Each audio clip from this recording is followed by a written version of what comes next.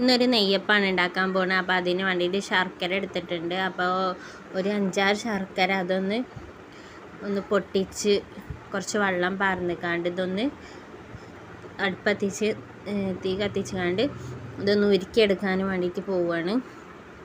അപ്പോൾ ഇത് നമുക്കിതൊന്ന് ഉരുക്കിയെടുക്കാം. അപ്പോൾ ഇതാ ഇവിടെ ഉരുകി വരുന്നുണ്ട്. അതിന് നമ്മളുടെ ശർക്കര പാനി ഇവിടെ റെഡി ആയിട്ടുണ്ട്. ഇനി നമുക്ക് അരി ഇത് വെള്ളത്തിലിട്ട് വെച്ചതാണ്, ഒരു 3-4 മണിക്കൂർ വെള്ളത്തിലിട്ട് വെച്ചതാണ്. അപ്പോൾ അത് കഴുകി വൃത്തിയാക്കി ഇനി നമുക്ക് ഇത് ജാറിലോട്ട് ഇട്ടെടുക്കാം. ഞാനത് ആ ജാറിലോട്ട് ഇട്ടെടുത്തിട്ടുണ്ട്. ഇതിലേക്ക് നമ്മളുടെ നേരത്തെ ഉരുക്കി വെച്ചിരുന്ന ശർക്കര ഒഴിച്ചു കൊടുക്കുകയാണ്. അപ്പോൾ ശർക്കര ഇത് അവിടെ ഒഴിച്ചു കൊടുത്തിട്ടുണ്ട്. എന്നിട്ട് അതൊന്ന് മിക്സ് ചെയ്ത് കൊടുക്കുകയാണ്. അപ്പോൾ മിക്സ് ചെയ്ത് കൊടുത്തു. അപ്പോൾ കുറച്ചും കൂടി ഒഴിച്ചു കൊടുത്തിട്ടുണ്ട്. എന്നിട്ട് അതൊന്ന് അരിച്ചെടുക്കുകയാണ്. അങ്ങനെ അരിച്ചെടുത്തു. ഇതാ അരിച്ചെടുത്ത് ഒരു പാത്രത്തേക്ക് പാർന്ന് കൊടുക്കുക. അപ്പോൾ ആ പാത്രത്തേക്ക് പാർന്നിട്ടുണ്ട്. ഇനി നമുക്ക് കുറച്ചും കൂടി അരി അരക്കണം. അപ്പം അതിന് വേണ്ടിയിട്ട് കുറച്ചും കൂടി അരി അരച്ചെടുക്കുകയാണ്. അപ്പോൾ അത് അരി ഇതാ നമ്മളുടെ മിക്സിൻ്റെ ജാർക്ക് ഇട്ടെടുത്തു. ഇനി അതിലോട്ട് നമ്മൾ കുറച്ച് തേങ്ങ ചിരകിയത് അതും ഇട്ട് കൊടുക്കുന്നുണ്ട്. അങ്ങനെ തേങ്ങ ചിരകിയത് ഇട്ട് കൊടുത്തു. ഇനി ഇതിലോട്ട് നമ്മൾ കുറച്ച് ശർക്കര ഒഴിച്ചു കൊടുക്കുകയാണ്. അപ്പോൾ കുറച്ച് ശർക്കര ഒഴിച്ചാൽ മതി, അല്ലെങ്കിൽ അതിൽ വെള്ളം ഏറും. ഇതിൽ വെള്ളമൊന്നും ചേർക്കണില്ല.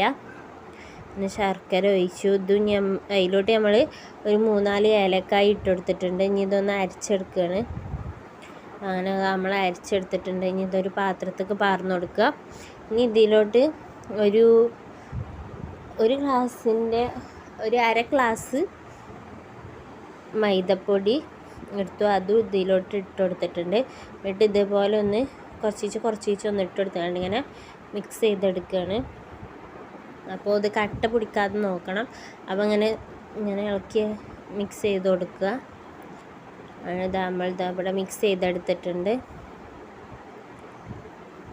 അപ്പോൾ ഇത് നല്ല പാകത്തിനായി വന്നിട്ടുണ്ട്.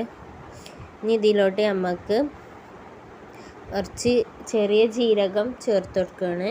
എന്നിട്ട് ഒന്നുകൂടി ഒന്ന് മിക്സ് ചെയ്തെടുക്കുകയാണ്. ഒന്നുകൂടി മിക്സ് ചെയ്തെടുത്തു. ഇനി ഇതിലോട്ട് നമ്മൾ ഏലക്കായ് പൊടിച്ചത് അതൊന്ന് ചേർത്ത് കൊടുക്കണം. നേരത്തെ ഏലക്കായ് ഇട്ടിക്കണത്, ഇത് ഏലക്കായ് പൊടിച്ചതാണ് ചേർത്ത് കൊടുക്കണത്. എന്നിട്ട് ഒന്നുകൂടി മിക്സ് ചെയ്ത് കൊടുക്കുകയാണ്. എന്നിട്ട് ഇതാ മിക്സ് ചെയ്തു. ഇനി ഇതിലോട്ട് നമുക്ക് കുറച്ച് ഉപ്പ് ചേർത്ത് കൊടുക്കാം. അപ്പോൾ നുള്ളുപ്പ് ചേർത്ത് കൊടുക്കാൻ പാടുള്ളൂ. അങ്ങനെ നമ്മൾ നുള്ളി ഉപ്പ് ചേർത്ത് കൊടുത്തിട്ടുണ്ട്. എന്നിട്ട് ഒന്നുകൂടി ഒന്ന് മിക്സ് ചെയ്തെടുക്കുകയാണ്.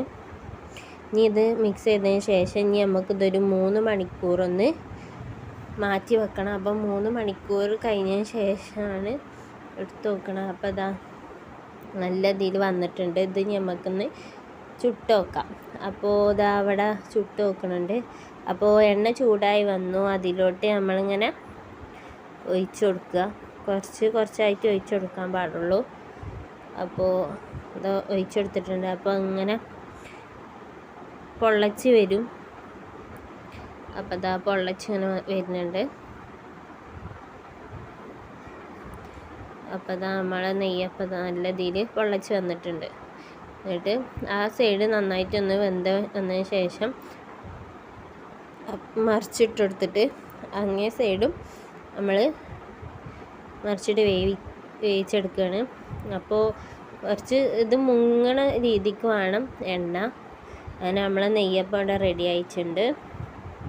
അപ്പോൾ നിങ്ങൾക്ക് വീഡിയോ ഇഷ്ടപ്പെട്ടാൽ ലൈക്ക് ചെയ്യുക, ഷെയർ ചെയ്യുക, സബ്സ്ക്രൈബ് ചെയ്യുക, പിന്നെ കമൻറ്റ് ചെയ്യുക.